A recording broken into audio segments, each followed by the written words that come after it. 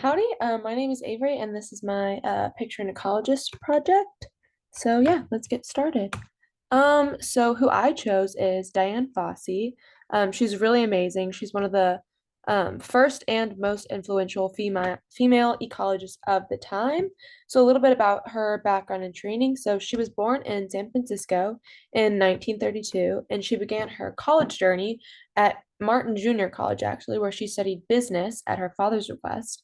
Obviously, she wasn't super passionate about this field, so she later transferred to San Jose College to study occupational therapy, where she then graduated in 1954. Post graduation, she actually went to intern and working in a lot of hospitals with tuberculosis patients, actually. So, after hearing about one of her friends' travels to Africa, she decided that she needed to experience this for herself and planned her first trip there, devoting all of her savings to that. So it's really amazing. So after arriving in Africa and meeting Dr. Louis Leakey and hearing about his studies in African wildlife, she would go on to further pioneer his fieldwork with African chimpanzees and mountain gorillas.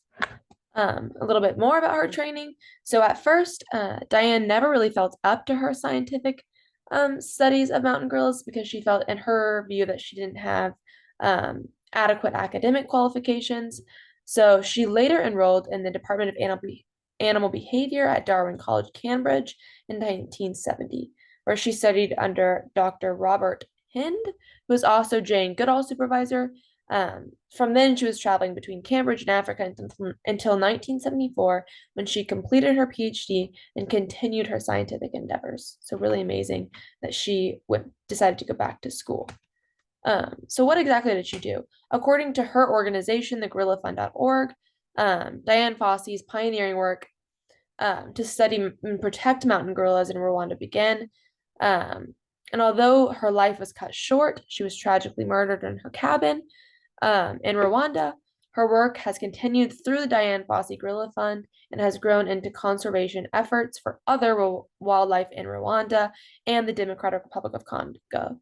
Extensive scientific research and education efforts, community development, and programs for people who live near these gorillas. So a little bit more. Initially, when she was working with these gorillas, they would flee as soon as Diane approached, but after time and effort, she began to gain their acceptance. She did this by partly participating in their regular activities, imitating them, like scratching and feeding, and copying their contentment vocalizations, which is really interesting.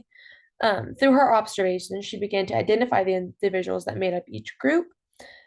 Like many that came before her, she heavily relied on the gorilla's individual nose prints, which are patterns of wrinkles on their noses for the purposes of identification. Since they are unique to each gorilla, she sketched these gorillas and their nose prints from a distance and slowly began to recognize each of these individuals within three distinct groups in her study area.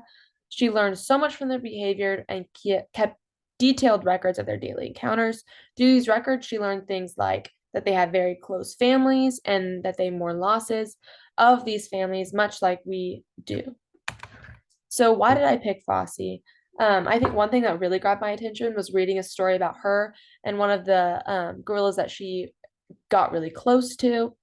This gorilla would follow her around and spend a lot of time with her. Unfortunately, he was killed by poachers protecting his family unit. So that was really, really sad to hear about.